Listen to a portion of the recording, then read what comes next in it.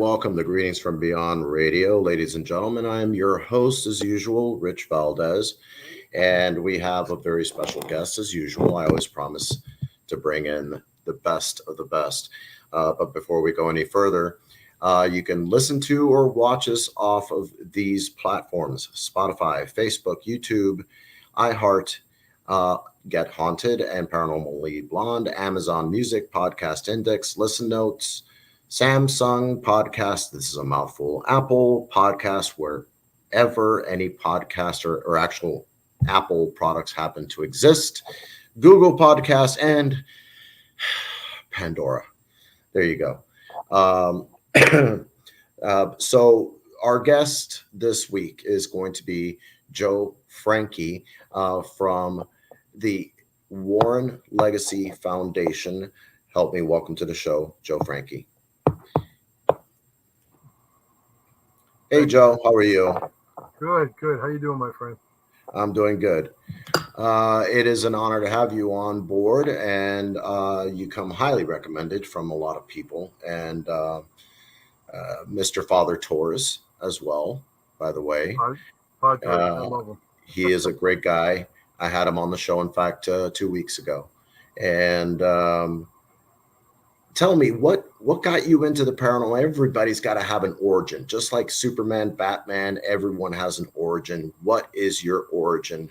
What got you interested into the paranormal? Well, I guess, as I tell my audiences when I lecture, I had a divine experience, and it really was a divine experience when I was about 3.5 years old.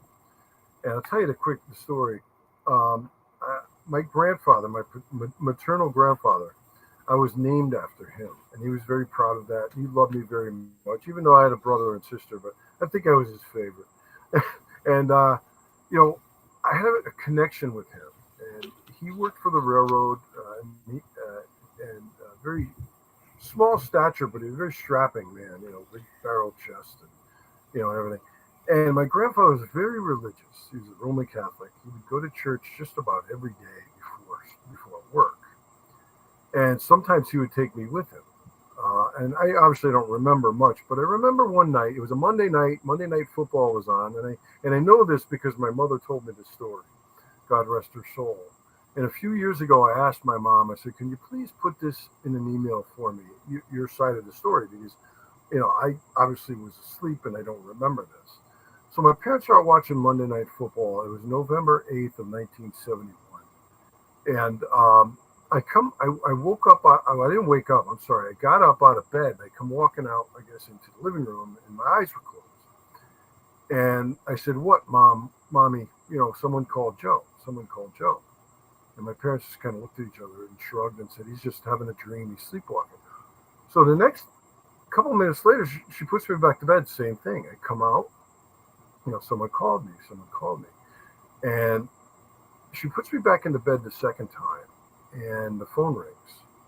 And it was my grandmother, her mother. She said, I can't wake up your father. Well, my grandfather had a routine. Every night before bed, he would sit in his easy chair in his bedroom and read passages from the Bible. I know my grandfather today has got to be a saint up there. And what they feel happened was he fell asleep while reading the Bible, and he had a heart attack in his sleep, and he passed away at 69 years old. And what I saw and heard, and this is why I say it was a divine experience for me, because I believe I heard God calling him. But we had such a connection that I heard it. I saw it. I could see a light, and I can hear a voice, a very beautiful male voice, saying, Joseph, it's time, come with me. And I remember it like it was 5 minutes ago. And but I don't remember any of the other stuff coming out and saying, what, mommy, And so I feel that I heard the Lord calling my grandfather when he passed away. They say only the good die young, I guess. But my grandfather was relatively young, and God needed another angel, I guess. And that stuck with me my entire life. Matter of fact, I have the Bible that comes on every case with me that he passed away reading. Oh, wow.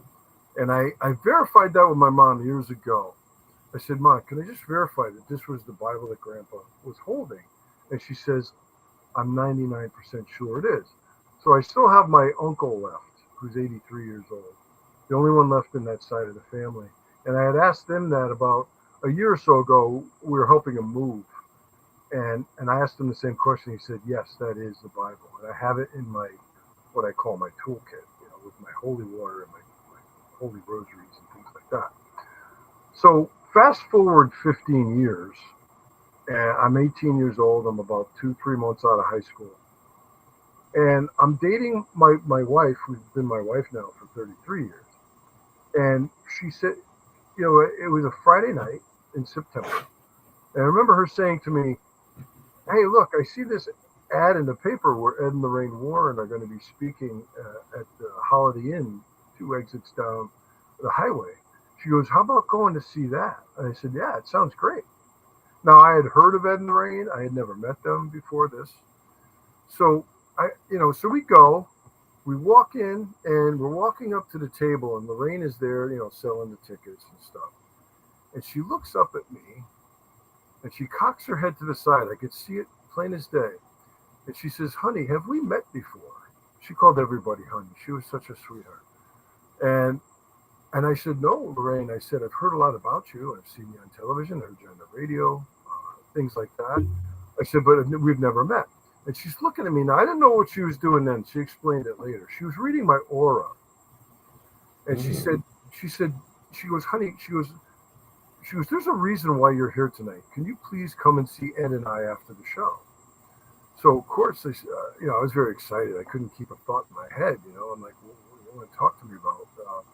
So the show ends, and Lorraine, is Ed's packing up with Tony, and he's like, come on, Lorraine, let's go. And Lorraine was so sweet. She wanted to stay and answer everyone's questions. And of course, everyone flocked around her, and she's talking to them. So we go, and one of the traditions that Ed passed on to me was that anytime they would have a lecture or work a case, we would always go to like a diner and regroup at the diner and talk about the events of the evening, whether it be a case or a paranormal talk or whatever. So I'm sitting across from her, and she's holding my hands. My wife's on my left-hand side. Ed and then Tony are sitting over here. And she said, honey, I'm looking at your aura. She goes, I can tell by your aura that you were meant to do this work. She goes, would you like to come and work with Ed and I? They were putting some classes together. And I said, absolutely. How do you turn down an offer like that? So I truly feel, Rich, that this was is a vocation. It's not an occupation for me. So, the rest, as they say, is history. But that's where, they had these classes at a place called Hawley Manor in Newtown, Connecticut. It's still there, but it's called the Inn at Newtown, I think, now. And there was a little back room, not much bigger than a coat closet, where they used to, every Monday night, they would have these classes. And they'd run hour and a half, 2 hours. And that's where I was first introduced to all of the iconic cases that we all know of now. Amityville, the Annabelle doll, the cases that surrounding the Conjuring series, the Harrisville house in Rhode Island, and the Devil Made Me Do It case in Brookfield. Yeah, that one's famous too. Yeah, well, all these cases were before me. Annabelle was like 1970. The Amityville case was 75. And the Brookfield case was 1980, 81. So these are all before my time. Even the Maurice Theriault case, which was a case of demonic possession that Bishop McKenna exercised, happened in 1985. And that was before I started. But then there was a case called The Haunting in Connecticut, the Snedeker case, the Alan Carmen Snedeker, that John, good friend John Zaffis was involved in. It's like the lead investigator. And that was 1986, 87, around that time frame. And I remember Ed saying to me, he was like, hey, kid, he's called me kid. He's like, hey, kid, I got a real bad case up near where you live. He goes, but you're not ready for it. And he was right. I wasn't, I didn't know anything back then. I know a little bit now because it's 40 years later, but I don't profess to know everything. No one knows everything. So that's how I got started. I met them at a lecture, and it's kind of weird the way it's come full circle because I'm about the age now, my wife and I, that the Warrens were when we met them. They were about Wow. 58, 59 years old. Let's say 86. I think Ed was born in 26, so that he would have been 60. So my wife's, 60, 61. I'm going on 57. So it's weird. Don't ever say a woman's age. Come on, Joe. You should know better. Did I say 60? I meant 40. Yeah, yeah. You're right. Thanks for the correction. I'll probably pay for that later. Thank goodness she's at work right now. So she works third shift. So yeah. So it's kind of funny. I think I might have to make a phone call to the wifey and be like, you need to talk to Joe. I'm always in the doghouse. I'm always in the doghouse. A woman is always 25. You're right. Well, I tell you, to see her, you wouldn't never guess she looks great. But yeah, so when I talk to when I'm giving my talks, I'm like, yeah, I said, I feel like I was supposed to do this. So I've been doing lectures of my own for probably close to 30 years. Yeah. They weren't what they are today, but I used to talk about my experiences because people always want to know, how did you get started? How does one get started in this work? And I tell people, well, look, I was really kind of chosen by the Warrens to join them, and that's here I am 40 years later still doing the work. But I'm so glad that my life has taken this direction, because it's been very gratifying, to be able to help people, whether they're afflicted paranormally or not. I mean, a lot of the cases that come down the pike are not paranormal in nature. Maybe something else, might be some kind of psychosis or mental illness. Yes. But right, but we try to help, and if that's the case, we try to direct them to those professionals, because that's not something I can help them with. I agree 100%. Medically, but it's been a very rewarding life, and try to stay out of the spotlight. I don't like the spotlight. That's not what I'm here for. I joke around and say I have a face for radio, because I don't care for the television, TV. I've been on shows before. I've been guests and things like that, and it's been fun.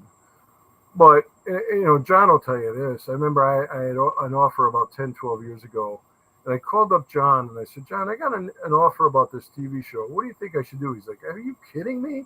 In other words, you're crazy. Don't do it. I don't want some young producer fresh out of college trying to tell me what to do and what to say and where to stand. And, you can say this, but you can't say this. I'm like, that's not how Joe Franke works. Thank you very much, but I'm not interested. I know the feeling. I know the feeling I'm all sure too well. You can relate. Yeah. It's fascinating when I'm actually talking to someone that's younger than my daughter, and they're telling me what to do on TV, and I'm like, no, that's not how it works. If you really want my opinion, and I'm not going to say expert opinion because I'm not an expert. We're always learning. I think you can give instead experience, years of experience, but if you actually have the nerve to say that I'm an expert paranormal investigator or expert demonologist, whatever title you wish to use, you're sorely mistaken, because we're always learning. In fact, there have been many times I've been mentored by two pastors, one bishop, and I can tell you, I still turn to John Zaffis every now and then with questions. Jennifer Bailey says hello from the chat. Thank you, Jennifer. Courtney Peterson as well, and we have so many people coming in. Bonnie Gurney. I'm sure you know her daughter, Jenny Gurney. You've possibly met her too. She's an awesome person too. Always taking pictures, by the way. Can't miss her. But one of the things that I've always said, look, especially when it comes to demonology, and that's a calling. And I'll never forget the day that my pastor actually asked me. I was still 17 years old. I was actually 1 month away from turning 18. And he said, Rich, I've had 6 years to observe you, and I really feel you have a calling for demonology. Mind you, I had never heard of the word demonology. I didn't even know what it meant. And I said, demonology, what the hell is that? And he explained to me what it was, what it entailed, and I was like, I don't know if I want that. But he said, pray about it, meditate on it, get back to me, and then we'll get things started if you want to or not.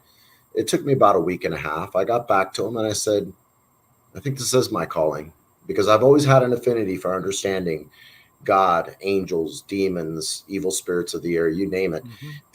And he started my studies at the tender age of 18. I was literally 2 weeks fresh off of being 18. Almost sounds like you with the Warrens. Well, we got a lot in common then. Yeah, and next thing you knew, 2 years and a half in, he unfortunately passed away. But life takes over.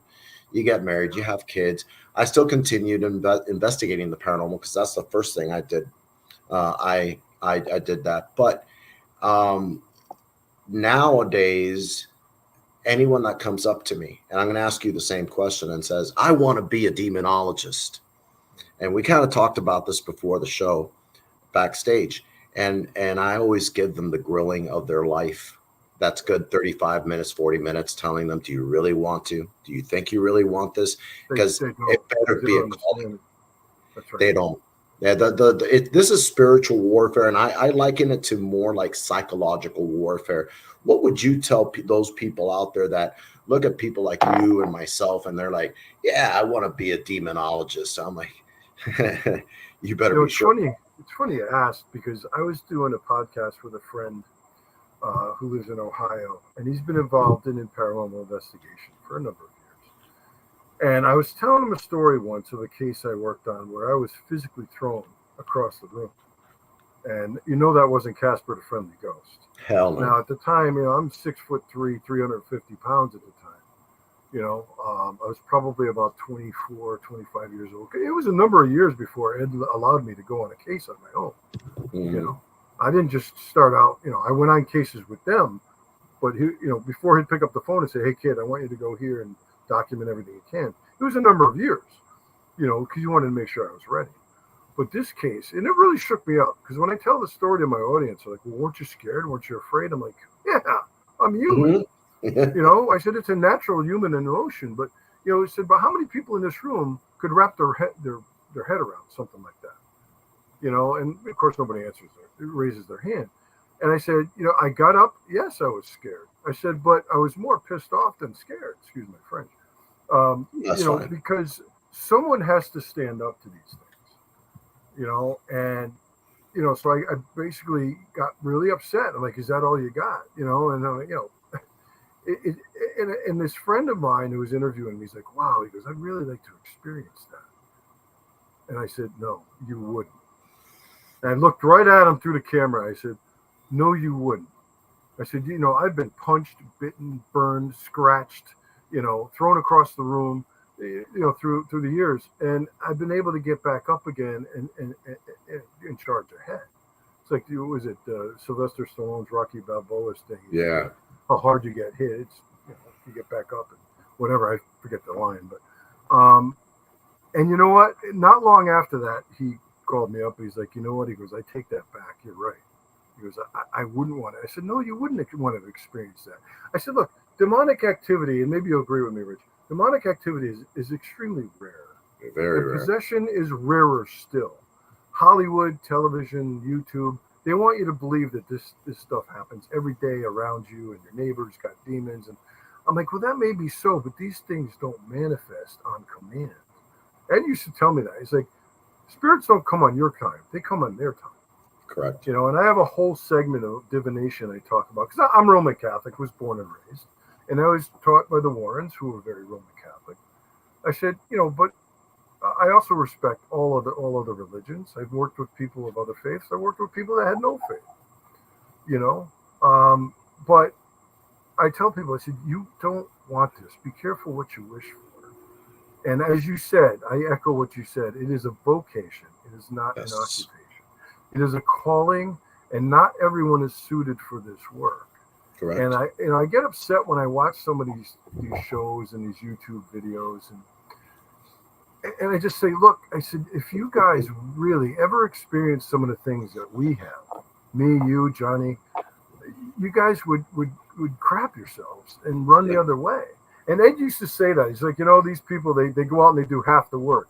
And what he meant by that was they'll get themselves into someone's home, which I think is very wrong. You got people inviting you into their home, their lives, their family, looking at you as the expert and help them understand what's going on and help them through whatever affliction they may have. And all they want to do is go in there and get the money shot, basically. Yeah. And then when something happens, they get scared out of their minds. They grab their equipment and they run out. Yep. And they say, well, sorry, this is over our head. We can't help you. You've got a demon here. I'm like, oh my God. Oh because boy. now you got to go in there and you got to try to talk them back off the ledge. And I say, well, Joe, I had ABC Paranormal in here last week and they ran out of here. They couldn't leave fast enough. They said I had a demon. I had a portal to hell in my bedroom. And I'm like, no. And like, well, why would they tell me that? I said, because they don't know what they're talking about. Yeah. And I never publicly would ever say anything about any individual or group publicly, but I shake my head and I'm like, you're doing more damage to these people. I said, these people are looking at you for help. And when they see you scared and running out of their home saying we can't help you, I said, that makes it worse for them, So That is true. I actually got called in on a case, and I think it was actually in Rhode Island, a couple of years ago. And the gentleman that lived there lived alone. He was about 40 years old. And the call came in from his dad, who was very concerned about his son. And he said, every night my son will lock himself in his room. And again, he lived by himself. He would go in his bedroom and lock the door. And that was his safe zone. He felt safe there. And he went out and he got infatuated with investigating his own house. Never do that. Never investigate your own home. And the guy went out and bought, a couple of dozen Ring cameras and stuff like that. And he would set them up around the house. And he sent me about 60 video clips. I kid you not. It had to be 50 or 60 clips. And it took me about a week, but I went through every one of them. And you would see these light rods and these orbs and stuff. And I'm like, I called them up. And I'm like, these are spider webs. These are cobwebs that are reflecting off the light from the Ring camera. And, the orbs could be dust. It could be bugs. Could be so many other things. Don't immediately take the nuclear option and say, I've got a demon. And he would lock himself in his bedroom as if the wooden door is going to protect him from anything demonic, But I had to work with him, and I said, can you please give me the name of the people that told you this? And I sent a message out to the group, and I did get a response from their case manager. And I spent an hour or so on the phone with her. She was very nice, very kind. She knew who I was. She had heard of me. And I said, can you share information with me? She goes, well, I'll share what I have. He said, but the people that run the organization don't want to talk to you. They're like, well, this is our case. It's like, this is my case. Like it's a territorial thing. And I said, well, obviously it's a case that you can't handle. Otherwise you wouldn't go running from the house. As the homeowner explained to me, you did. And she said, I was there that night and something happened in the kitchen. They said there was a can or a jar of caviar or something sitting on the counter. And they said it exploded. And the caviar went all over the wall and everything like that. And I'm like, well, did you actually see it happen? She said, no, but we all heard something. I said, well, do you have it on film? Do you have any photographs? Do you have the jar? Or, are there any photographs? And they said, no, they had nothing. I said, well, not to sound crude, but if you don't have any evidence, then it never happened. I said, it's got to be documented. But something happened that scared them out. And they went running from the house. So she was very nice and shared as much as she could with me because she was upset with the owners because they basically, pardon the pun, ghosted the client and wouldn't return his phone calls or anything.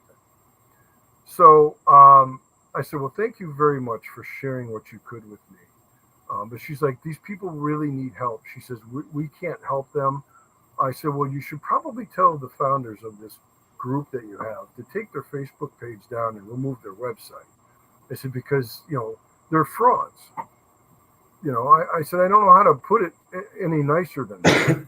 I said, but what angers me is that now they've put this in the head of this client who is already scared. And his father's like, Joe, I don't know what to do. My son is terrified. Again, 30, I think he was 39 years old, but 39 years old, you're a grown ass adult. Yeah. So I worked with the guy for quite a while, and I was able to bring him back and said, look, what's going on? What's going on in the house? Are you having anything manifest? This, that, the other thing. He's like, no, I just have the video clips, and something happened the night these investigators, or I should use that term loosely, came in and they went running out of my house. He's like, they couldn't leave fast enough. They grabbed their equipment and they never got back to me. And they never, shared any information with them. Never, no photographs, no video. This is what upsets me. It's because now they made the situation worse. Yeah. At least psychosomatically, this gentleman thought he had, the gate to hell in his house. And I said, no. I went over there and I said, I don't feel anything here. I tried to put him and I was able to, to make a long story short, I was able to help him. And as far as I know, this had to be 3 or 4 years ago. As far as I know, the guy's fine now. Thank I God. haven't heard from there was ironically a case, I'd say about 12 years back. Your friend of mine, John, asked me to, hey, will you look into this and possibly help this investigator out? And I said, sure. And he got me connected with the investigator, and I spoke to her. I asked her what was going on. And she said, well, I have a situation here. This little girl, 16 years of age, and her parents, they called in a team. She was convinced that she was demonically possessed, or there was a demon in her house. And I said, okay, well, what happened? Well, all I know is this team's only been around 6 months, but we called them in and they listened to what we had to say. They did some photography, some EVPs here and there, and they turn around and they look at us and my daughter, and they say, yep, you got demons here for sure. And that was even before going over evidence. Mm-hmm. They get up, they leave, and they said, we'll be in touch with you. Well, no one ever got back in contact with them. And out of desperation, being, and I'll say it, the rank amateurs that they were, and never calling back, which was very irresponsible on their part. This young girl, 16 years of age, out of desperation and believing what they had told her, that she had demons, literally took lighter fluid, poured it all over her body, lit herself on fire. And all I can say is that, and this is a story I often share with a lot of people, and I'll share it with my listeners here maybe for the first time. 2 months later, they had a lawyer, the parents to this little girl, and they pursued this team, and they wanted to sue them. And they actually pressed charges, forget the lawsuit. 2 of the 5 members got jailed, okay, for attempted manslaughter. Because this girl was on oxygen. She was getting skin grafts for months and months, maybe even into a year. And I told this other investigator, I said, I ain't touching that case with a 10-foot pole. I'm sorry, but it's a liability. And this Joe happens to be the issue. Now, mind you, this happened years ago. And nowadays, it's even worse. The irresponsibility that exists out there, okay, is one that actually baffles my mind on a constant basis. The years I've worked with Bishop James Long now for 14 years, going on 15. He's my last mentor. And the he's case, a good man. I've never met Bishop Long, but I think I've talked to him on the phone a couple of times. He's a great guy. One of the real ones out there, thank God. And he's the one that has told me, Rich, you got to be real careful. There's a lot of people out there that really have nothing going on in their home, but they want the attention. And self-manifest. Yes. And not only self-manifest, it's just that they want someone with some kind of fame, some kind of, notoriety to go to their house and, agree. You're exactly right. And that's it. And the times I've had to literally say, Bishop, I got this one, or, whoever it may be it John, and I've even taken on a case, and you may recognize the name. You should recognize the name, Paulino. May he rest in peace. Paulino worked with the Warrens, I think, way before you came along to work with them. But Paul Eno was actually, yeah, he just passed away, didn't he just passed away, and yeah. he and I worked a case, and it was, long distance, but regardless, very knowledgeable. He was studying to be a priest at the time that he was working with the Warrens, and he himself explained to me, this was the most simplest way he could explain to me what demons really were. Okay, they were literally parasitic entities. They're parasites. They feed off your fear, your anxiety, your depression, and everything. Yep. Mm-hmm. And if you approach them with positivity and with, turn the tables on them, it makes things a lot more difficult. Would you agree with that? And before we go into that a little further, there was a question that was up on the screen, but I still see it on my side of the screen, by Damian Smith. And yes, there it is. Demons present themselves in many shapes, forms. What would you say is the most common sign that a demon is on location? I don't mean head spinning, etc. Yeah. The head spinning thing is. Yeah, well, that's Hollywood. I mean, anybody can have demons attached to them, and there's a whole hierarchy of demons. You don't have to have Lucifer himself, but but people that are negative, that are evil. Look at this woman that walked by the couple and shot the babies. Oh my goodness! You hear about that story? I mean, yeah. That's someone that's got some serious issues. Yeah. Whether she's got a demonic attachment or not, but I mean, that is just not normal behavior.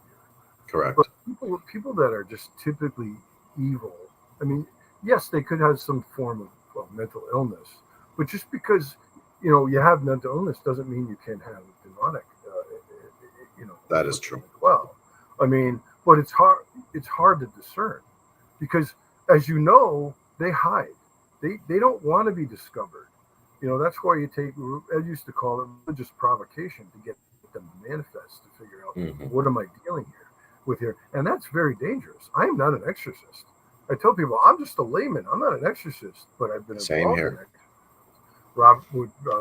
Bishop McKenna and Father Malachi Martin, God rest his soul. Both of them are passed now. Yes. But I'm a better man today for having met those gentlemen. But demons can present themselves in any form. If people don't understand, demons don't take up time or space. They're there at the speed of thought. And you can have legion, you can have many, as in the case like what's her name, Annalise Michel. Annalise Michel. Beverly Road, Michel, is it? When asked, when the exorcist asked, tell me your name, demon. He says, we are legion, or I am legion, which is I am many. And I actually talk about that in my talks, because I have a big section on divination that I talk about, Ouija boards and idolatry, and tarot cards and things that, if used for the purpose of divination, are very dangerous. People don't understand that. And then you have people that mock. I always say we mock what we don't understand. That is not something you should be playing with. God did not intend for us to know the future. I asked people in my audience, I said, how many people here, if given the opportunity, would like to know the date, time, and manner of their own death? I don't really get anybody to raise their hands. I said, we are not meant to know that information. We are given free will by God, and he will not meddle with free will, because he wants us to choose him.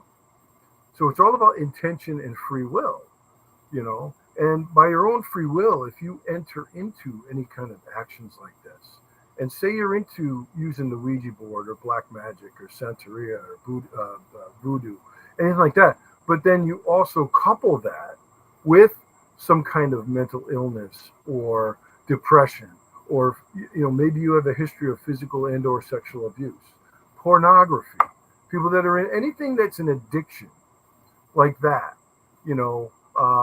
or what else was I going to say? Oh, I forgot. Alcoholism. Thank you. That's exactly what I'm saying. Drug or alcohol addiction.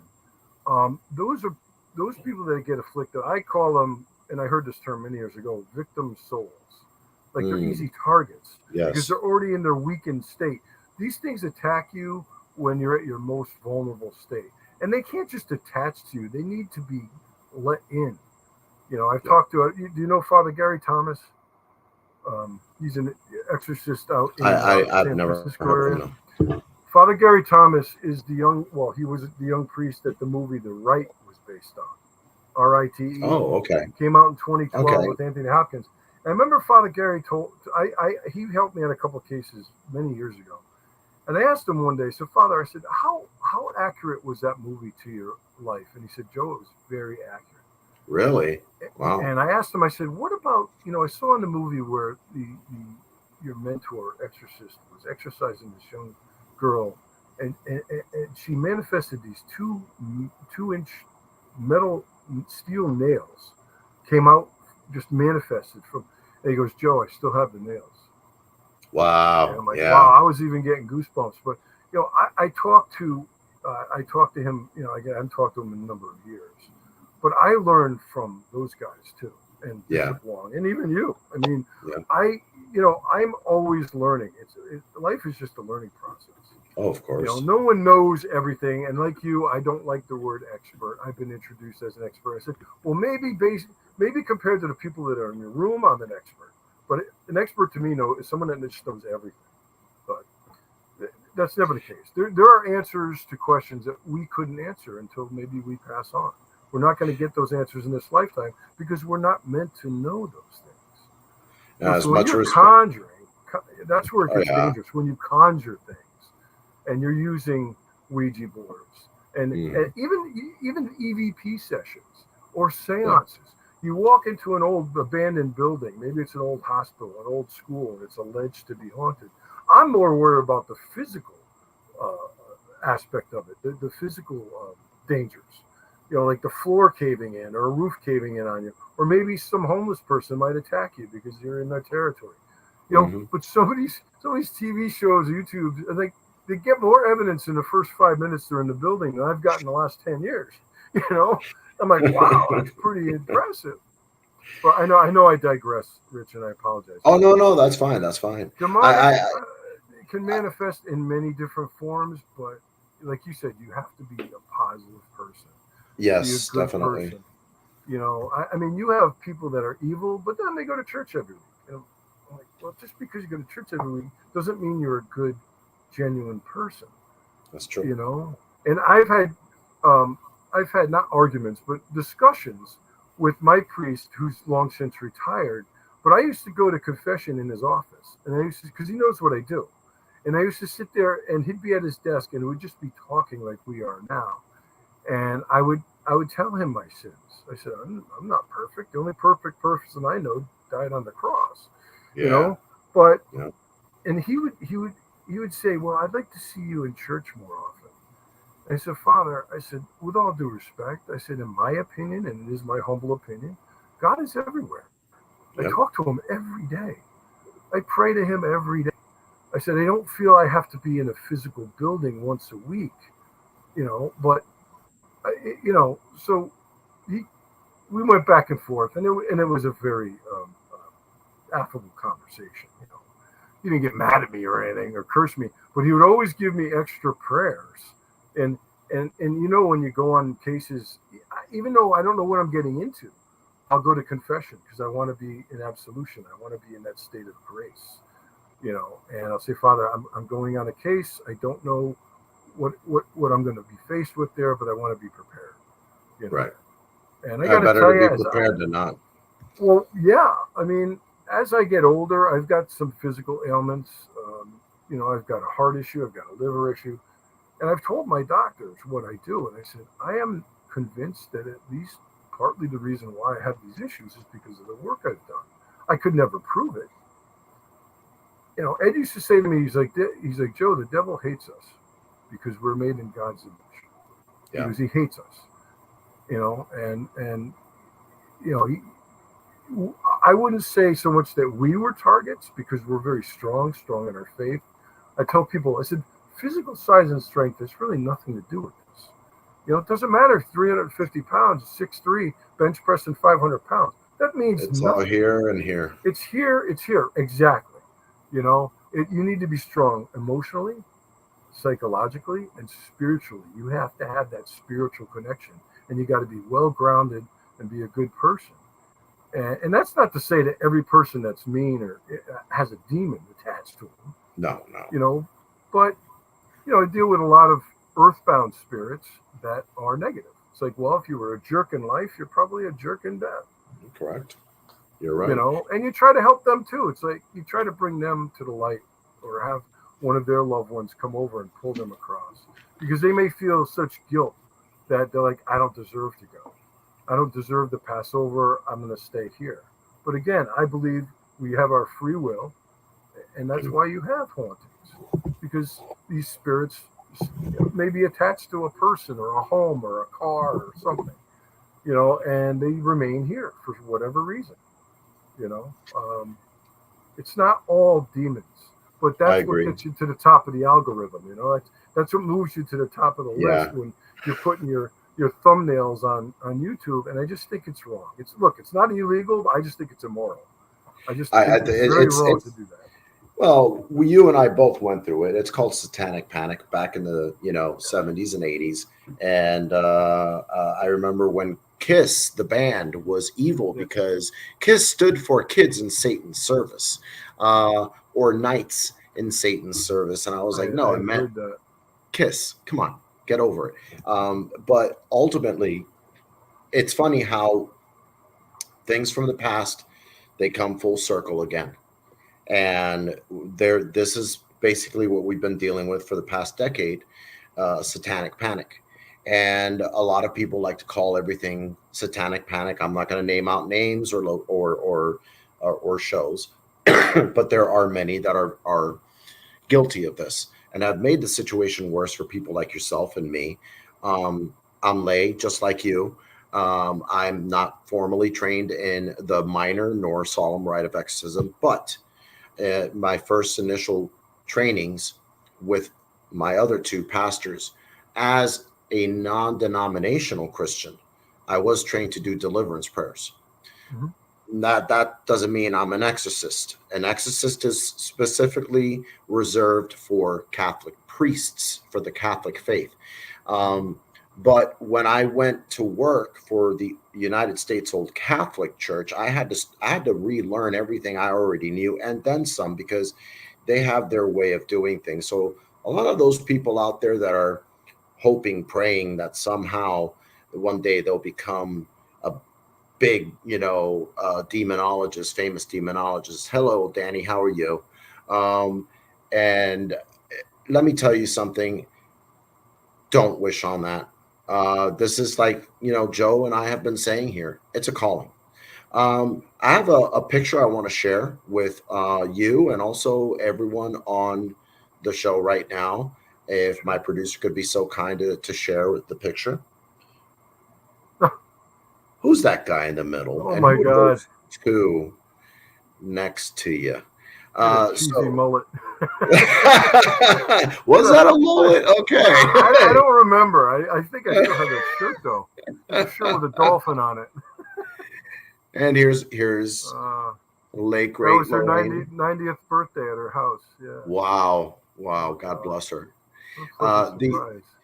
Let me tell you, I wish. I really wish. So, how old were you in this pic? Do you recall? I think it was 95, so I was 68, 25, 26, something like that. Okay. Yeah, and then the room behind Ed there with the black plastic, there's a psychomantium that we made, or they made. He wouldn't let me go in it because my son was just born and wasn't baptized yet. Look at that. Yeah, but they lined the walls with plastic. It was a closet.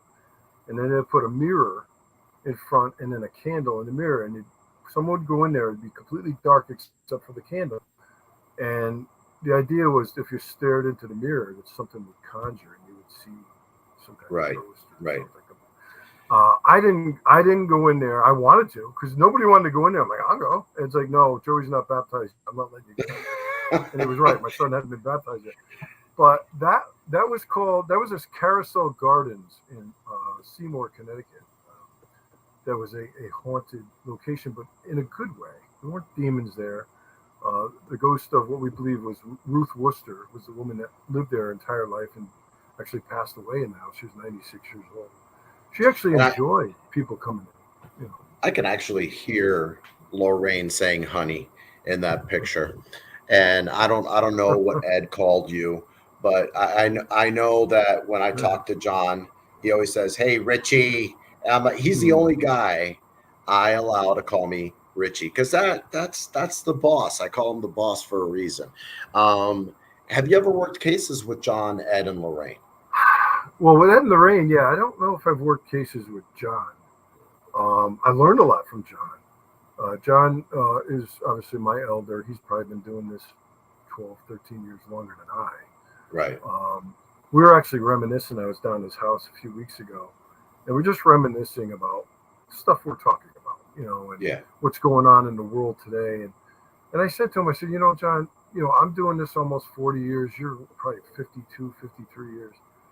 I said, the problem with people today, they don't want to put in the time. They don't want to put that much time in. I said, they're just out for whatever, fame. I call it the fast food generation. Yeah, it's like, if your heart is in it. And I said this the other night. I had a lecture last Wednesday night. I said, are there any paranormal investigators in the audience? And I had a couple of younger people put their hand up sheepishly. And I said, please don't take any offense at what I'm saying, because I was once where you are right now. I said, right. I said, but please be cautious. I said, find a team or a group that's been around for a while that can mentor you. Don't just watch TV and then buy a bunch of equipment and think you can go out and do this.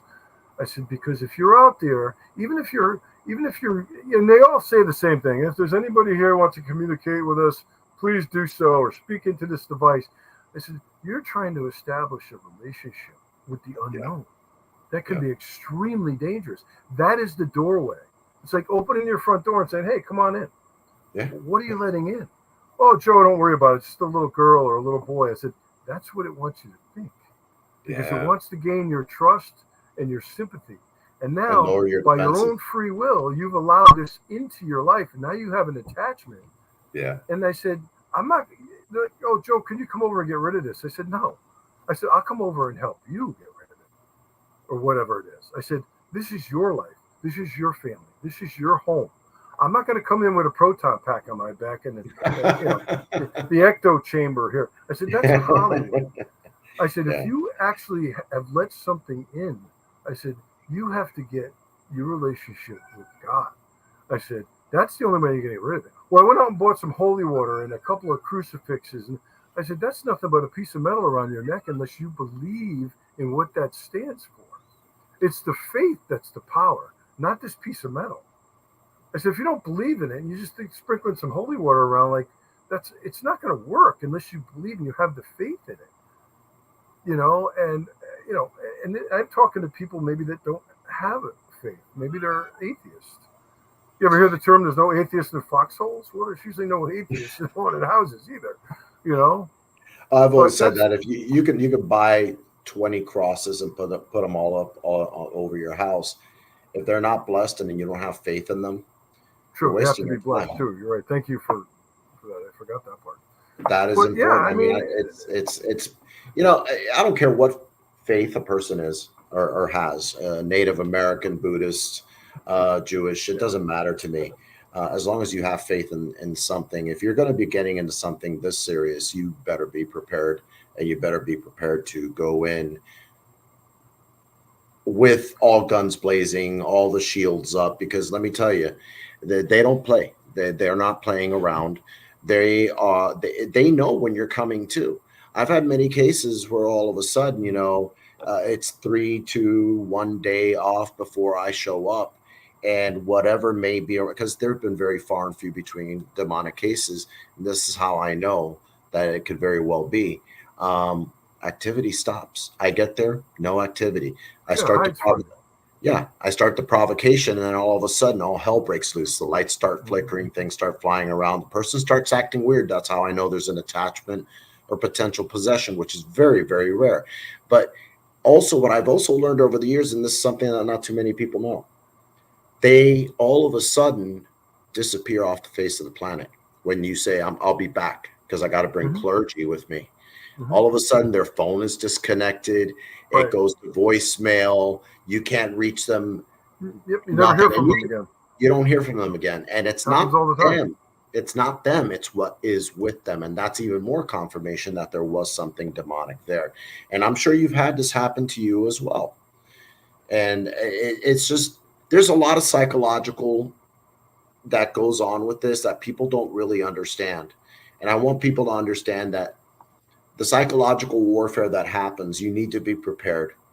And if you don't have proper training, don't even bother throwing your hat into the ring because you're not going to get the hat back. Well, and that's exactly right. That's what worries me. You know, I do watch a lot of this stuff on YouTube because I'm sitting there and I just shake my head. My wife will be up in the kitchen, go, "Who are you yelling at?" I'll be yelling at the TV. I'm like, "Where's your evidence? What are you doing? You're conjuring. What?" And I'm like, I feel like an idiot because I'm yelling to myself, but I worry about the people that do this. You know, whatever they call themselves. You got Twin Paranormal. I'm not trying to pick on anybody in particular, but they go out there and they always use the word demon in their title. And I know why they're doing it because that's going to move them up to the top of the list or whatever.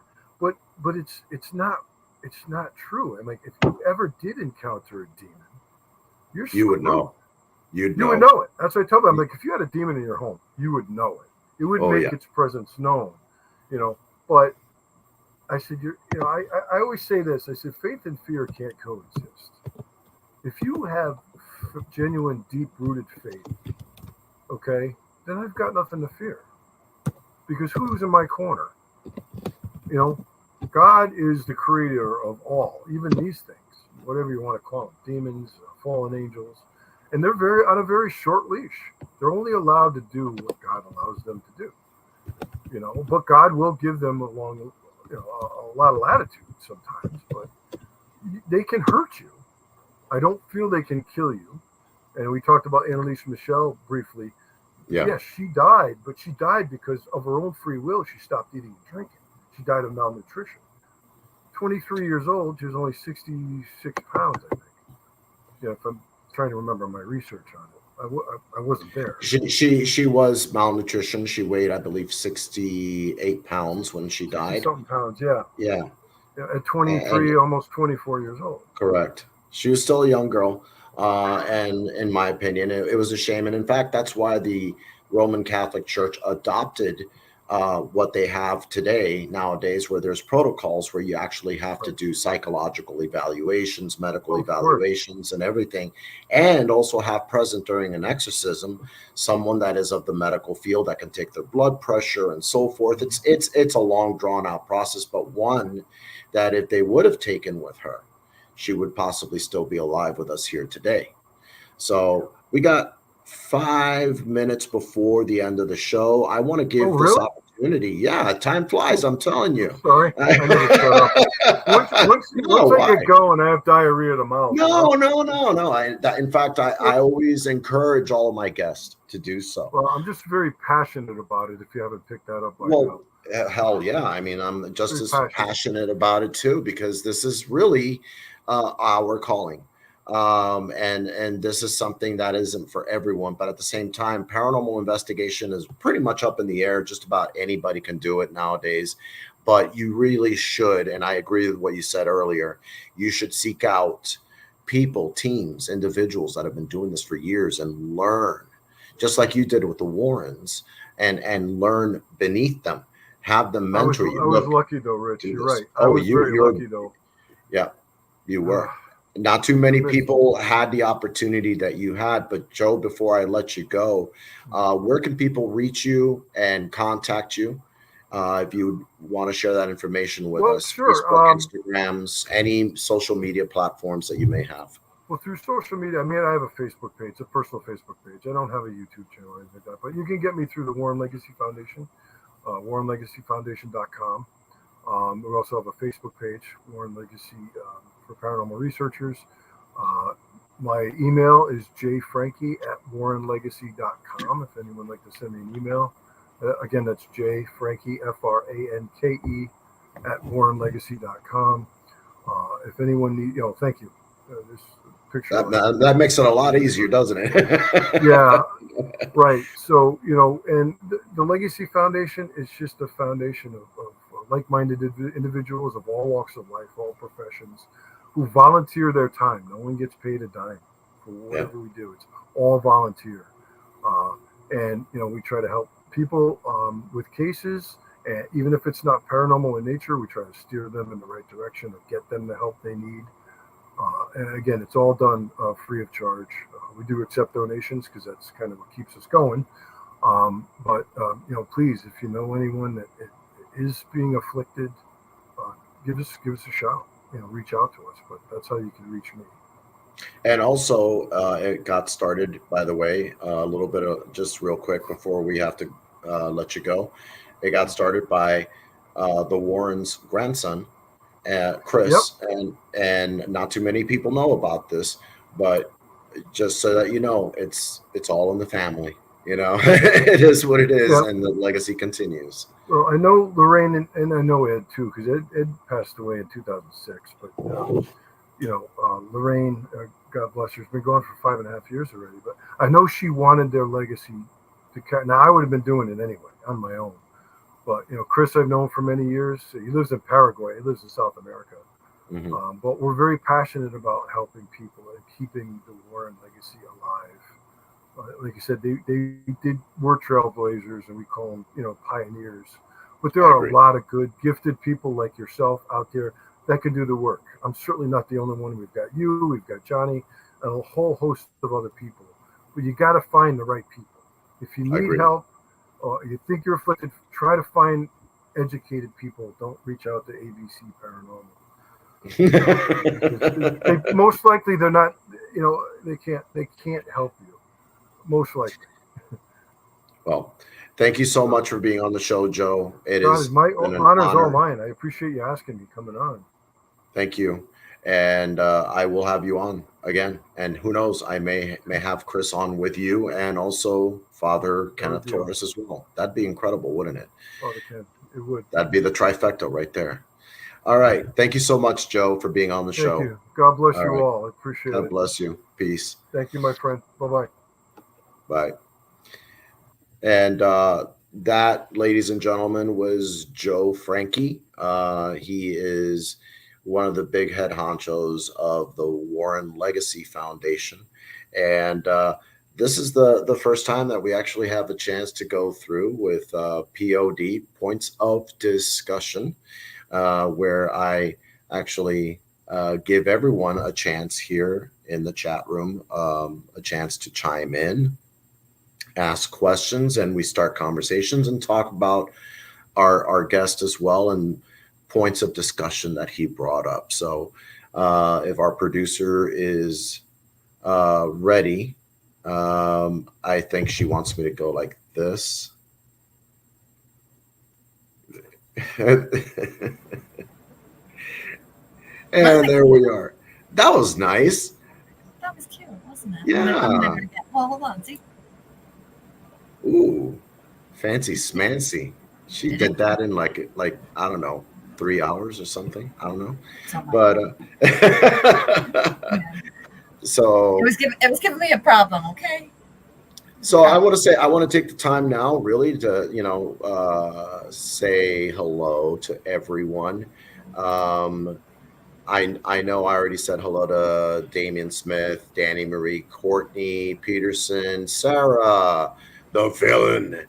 There you go. Little girl, out. I love you, honey. Out. Yeah, she's been attacking me. I'm like, yeah.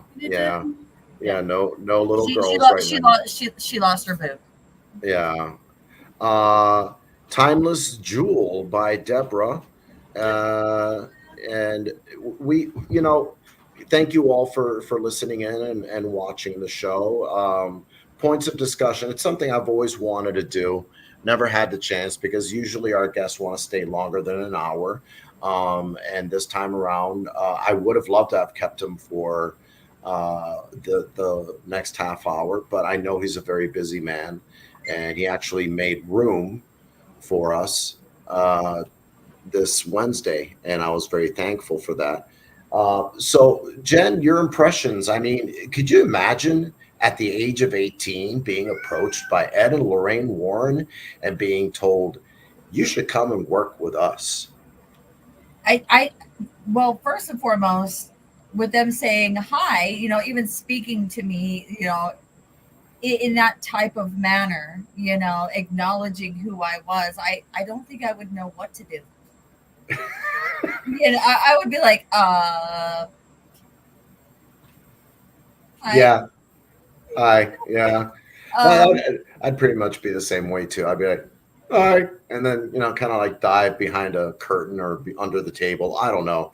yeah, but to have that type of like acknowledgement of saying, you have something, that I'm seeing, you have She read something his to give. aura.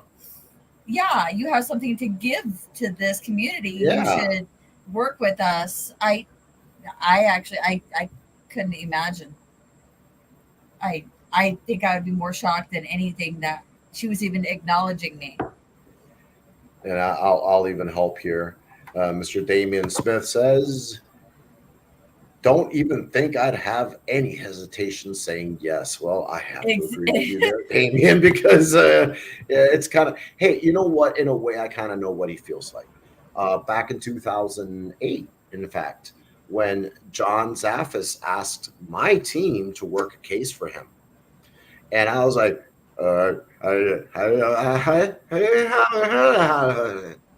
and he was like, what? I'm like, I said, my name is John Zaffis. It's a pleasure to meet you, Rich. Oh my God, what did I just do? And, I was awestruck, you know.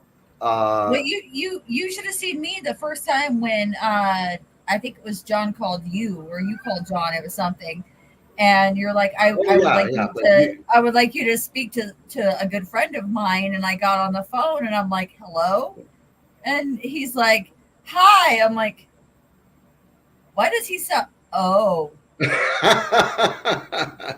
oh, it's the Connecticut in him.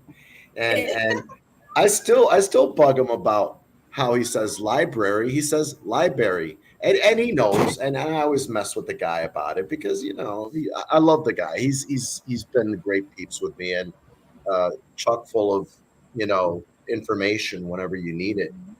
Well versed in the paranormal and demonology. He's actually recognized as a demonologist thanks to his late great uncle Ed Warren. Oh, look at that! The cult leader is on. So he says, yes, um, as a cult leader, you get used to it. Okay, all right, yes. okay. As You get asked all. he shows off his hooves as the mighty centaur's cult leader that he is, and he just does this with his hair, and he's we, like, we, we gotta see him do that one day.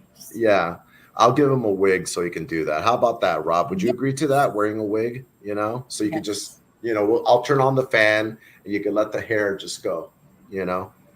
Hey, I, that's a t-shirt idea. That's a t-shirt idea, Rob. It needs to I happen. think so. I agree. You know what, Rob? What do you think of having a centaur shirt? You have several wigs or shirts. I only have two. I got two.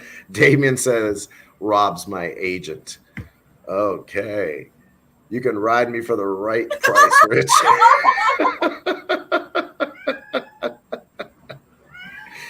There ain't enough Kool-Aid in this world for that. But hey, you know what? Hey, I still haven't gotten my Kool-Aid. Okay, Yeah. I feel kind of left out. I still don't even know what level cult I'm a part of.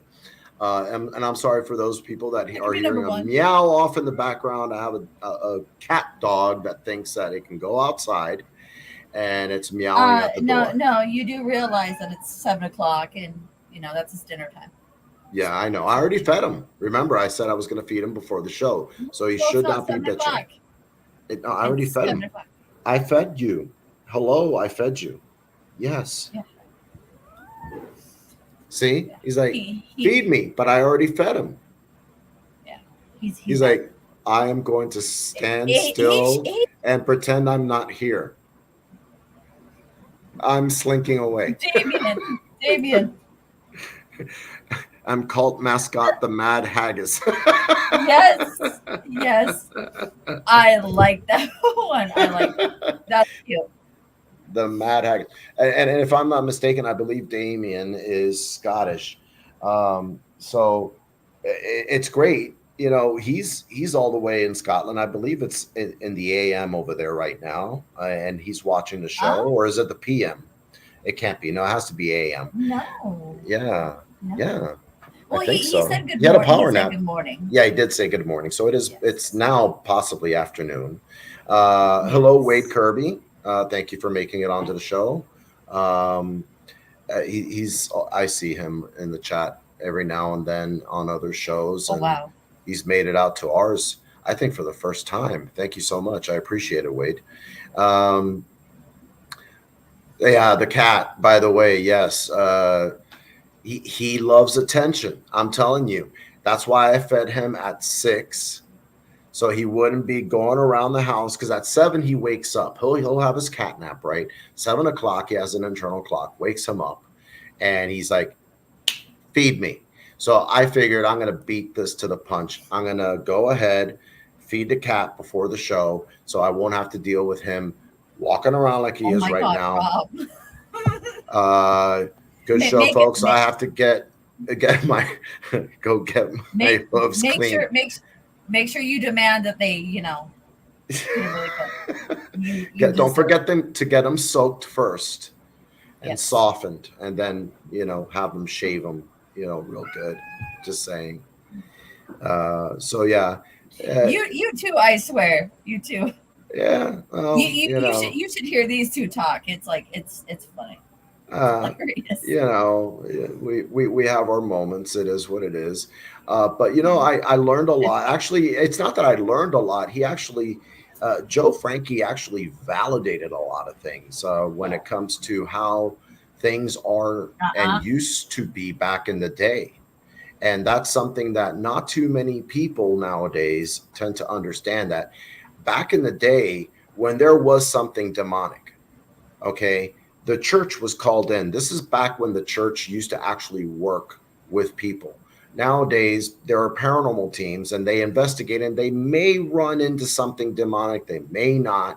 But let's say they do and they turn to the church. But nowadays, the church doesn't really take action because they don't want to deal with the liability lawsuits that could potentially come along with this.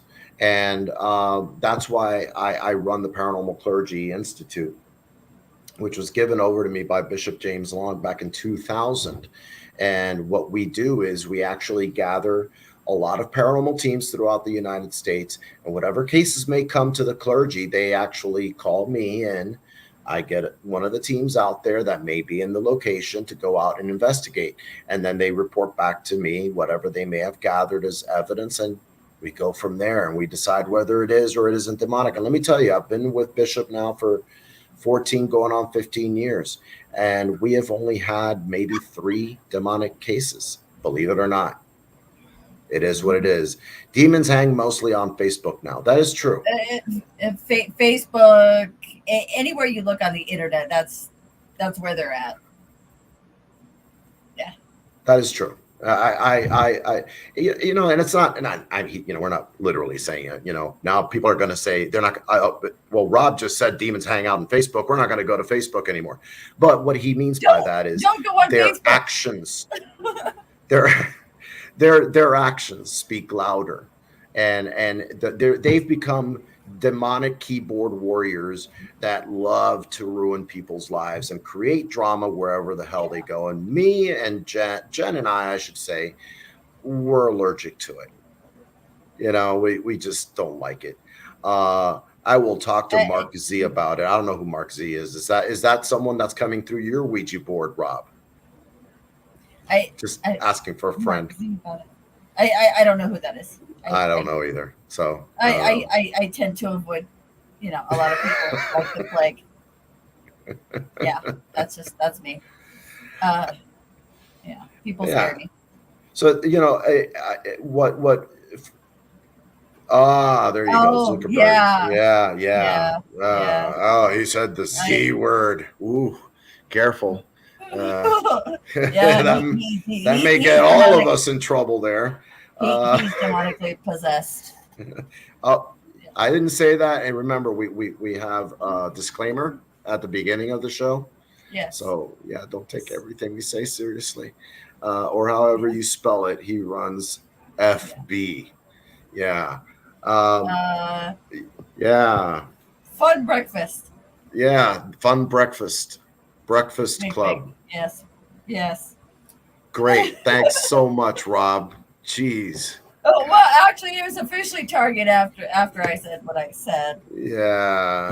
about the Yeah. position, Thanks. and yeah, Um, so yeah, we have. I got to agree with everything that Joe was saying. There's been way too much attention placed on the wrong things and the wrong way to investigate, because a lot of people do the monkey see monkey do BS. They watch the shows and then they want to regurgitate what they saw on that show into an actual investigation. Let me tell you something. If you want to do that at a commercial location, have at, go for it. But when you go to a residential and you start pulling stunts like what you see on TV, please don't, because that family is asking you to help them, not to make their lives even more chaotic than it already is. And that in itself is the issue. Not too many people understand that. And people have to start I'm learning how on to the be show. responsible. I can still hear you, by the way. Yes. Are you still on the show? Because all I see is a dot. Okay. Yes. Okay. Yes. Uh, I so got, you know, yeah, ritual. because no one else can watch our kid, unfortunately. Yeah. But She's going crazy. here's the deal. And I know a lot of you understand that paranormal's changed a lot from when I first started investigating. I started off by myself. I went in with a tape recorder. Yes, a tape recorder. And that in itself is lead tape, by the way. Uh, uh, I actually used a real camera, with film, and that's before EMFs and all these. No, not 8-track, because you couldn't record on 8-track. Trust me, I know that the hard way. But I have one. I actually just recently found one. I have an 8-track player. It's like the one that looks like a helmet, or it looks like a astronaut helmet. I actually do have one, and it still does run. It works, and Mine's it's actually on the kitchen table right now, along with the yeah. recorder, and then that big recorder that I got you with the reels Oh on it. yeah, yeah, with the spools, yes. That and that's something that I'd love to investigate with too. Mhm. But nowadays everything is so, little bright lights and things going off, and no one really knows the science or the scientific methodology behind it. And that in itself, that's the problem. This is not about apps. This is not about having little blinky lights going on and off. You need to know what you are measuring. Is it barometric pressure? Is it EMF? Because it could be EMF radiation, and that gets the people sick, and they start hallucinating and seeing things, feeling things. I've dealt with 2 cases where people have hallucinated because the power box is literally just 4 feet away from where they sleep, and they've had skin rashes that look like radiation burns and stuff like that. I've had to literally tell them, hey, look, you got to either leave this room or do something about shielding the type of the amount of EMF radiation that's coming from that. And that's, I think, what we should really, instead of focusing on experts, which I'm sorry, I don't agree. There's no such thing as experts in this field. We're constantly learning. If you think you know everything, exit stage door left. Ha! I still Hey, remember. don't ask me. Mine is that way, but it's really But that way left on too. the show is that way. Yeah, yeah. So either way, it was great to have him on, and we've learned a lot from everyone else here on the show. That Rob is a centaur and that he needs to go get his I- hooves I- done, or did. I have to send Rob a picture of the recorder and stuff that we have. Oh yeah. They're And pretty. it's They're it's they're actually they're in brand new condition. It's nice. it still works. Still works. The Yes. problem is getting the spools of lead tape to actually run Yeah. through it. That would be very difficult. It has two, and then I think I have a brand new Centaur spool still power. in the box. Yes, Centaur power. Yes. Cassette recorders can still record EVPs almost as good as the modern digital recorders. I am enjoying your thoughts on today's investigators. It's all about the client, and it's true. You know, I still wait. I have a Polaroid. I still broke. have my tape recorder, and I still use them on investigations because I think that the lead tape actually picks up better, to be honest with you, because that's how EVPs first got discovered. Danny Marie, so stoked I got to Beautiful catch the show Danny. tonight. Great show. Thank you, Danny. You're a sweetheart. And I'm looking forward to your new show starting in August. When will your show actually be starting in August? Have you decided yet? Because last I saw was it August 3rd or something like that, and it's going to be tarot.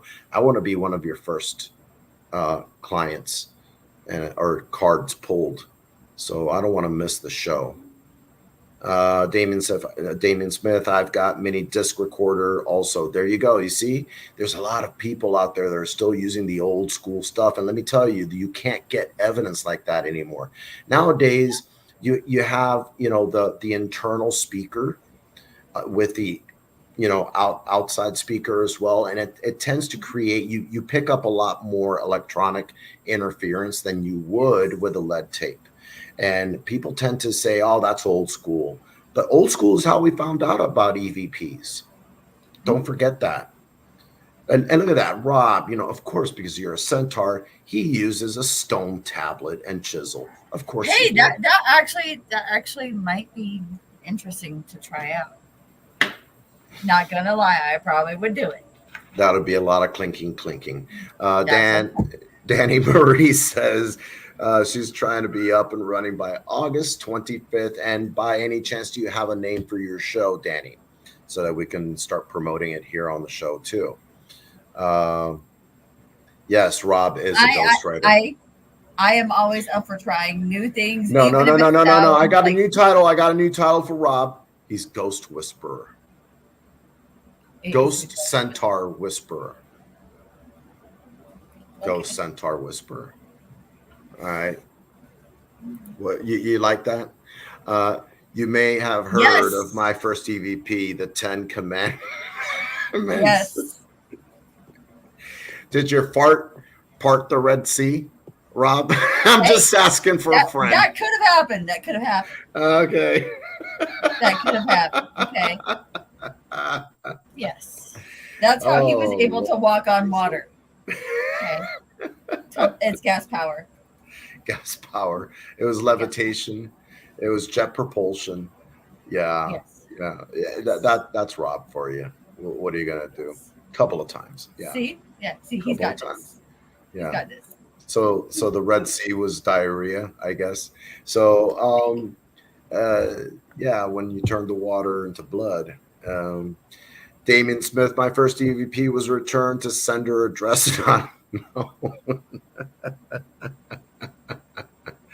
Good one, Damien. I like that one. Perfect. Yes. And let me tell you, by the way, Scotland happens to be one of the top of the list locations that Jen and I want to go to. I might be moving there. No. Well, yeah, maybe. But yeah. Scotland is really a beautiful country, in my opinion. It's where I belong. Well, she's part Scottish, so yeah, I understand her. 80% of my ancestry is from Scotland, so yes. Oh, really? 80%? I had no idea. I thought it was like 40.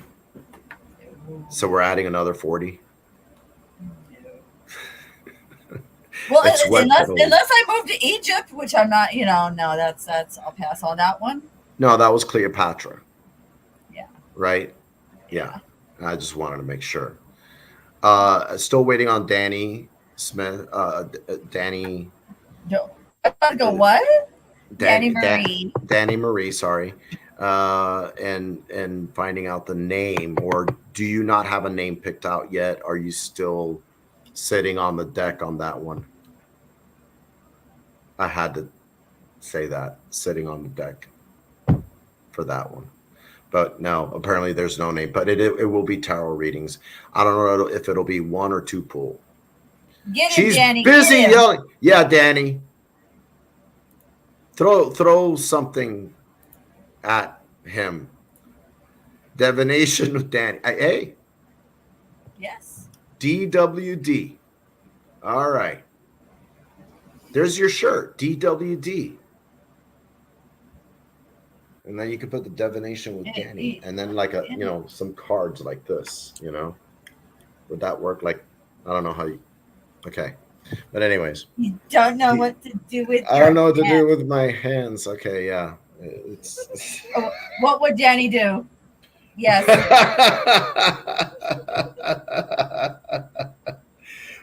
What would Danny do? We already know she's throwing something at Rob, so. Yes. Get him, Danny. But yeah, we've learned a lot off the show. I'm thankful that we were finally able to put POD into effect and get better acquainted with everyone in the chat. I appreciate it. POD. It's not pulsating. Thank God. No. That was fun. That was interesting. Yeah. That left me with a good chuckle. It was big, large, and it was pulsating. And he said, "I don't think that's right."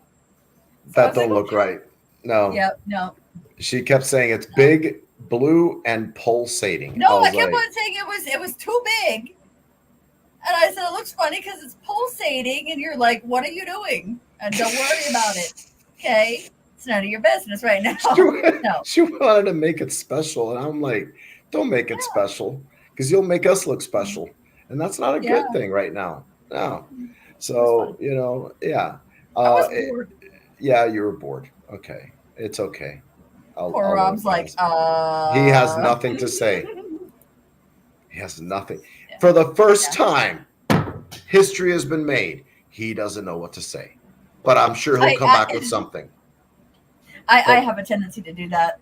Yeah. I made Beth Allen speechless.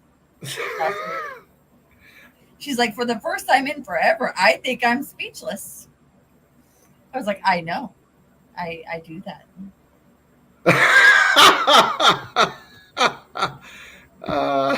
That's me. Yes, pulsating. It was big. It was blue, and it was pulsating. Woo! Yeah. Yeah. And it was fantastic. Yeah, hello, Summer, Hi, darling. Summer.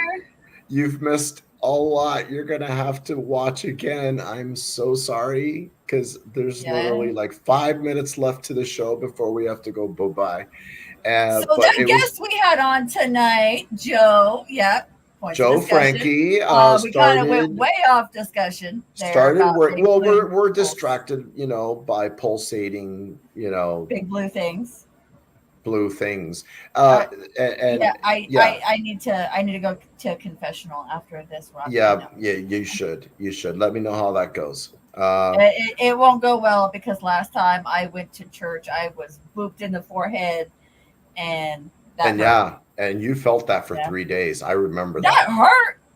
Priest booped me right there. Yeah, right I know. There. I know. That hurt. I was abused. But I didn't see it coming either. We're gonna, so we kind of sort of, since we did not have the Wednesday live today because Sarah couldn't make it and Rob felt lost and everything, we kind of took over that part for 30 minutes, so that way you guys don't feel so left out, back and forth talking to everyone, which is something we love to do anyways, with talking to all the people that are up in here in the chat. We're working on the next guest. We're not sure exactly who we're going to have on. And remember, we're every other week, but we definitely always bring you the best that we can. And it's always with the effort of trying to learn something new. And I'm glad we had Joe Franke on the show because he had a lot of experiences that he got to share with us, how he met the Warrens, and it was what he shared with us, in my opinion, was invaluable. That's just my personal take on it. So well, I honestly think every guest that we have on the show, we've always learned something new. Yes, and that's what this is all about, isn't it? Mm-hmm. Yeah. So, that being said, every time we bring someone on, that's the reason that I love doing this. And I'm glad that you've been able to chime in too, Jen, because, we get to finally people get to see Jen instead of, behind the scenes. That's Jen. That's the producer. I'm the host of the show. And I'm very appreciative because I'm the scary one.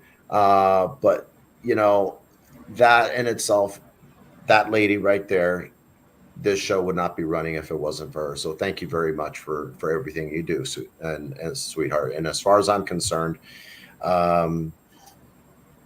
we learn every time we have someone new on the show. So stay tuned. We will have another guest or guests who knows in the next show. And when we do, we will announce it and let everyone know. So thank you, Damien. Thank you, Rob. Thank you, Courtney. Thank you, Summer. Thank you, Sarah. Thank Danny you, everyone. There was someone with, I forgot, a really long title there. I can't scroll for some strange reason. I want to thank everyone. Yeah. Wade. Let's see. Make sure we get in the thank yous to everybody. Everyone on there, but it's okay. Deborah. Yeah. So. And my dad that's watching right now. He says hi. And Danny as well. So as I say at the end of every single one of our shows, live life, don't let life live you, and peace be still. Take care, everyone. Bye.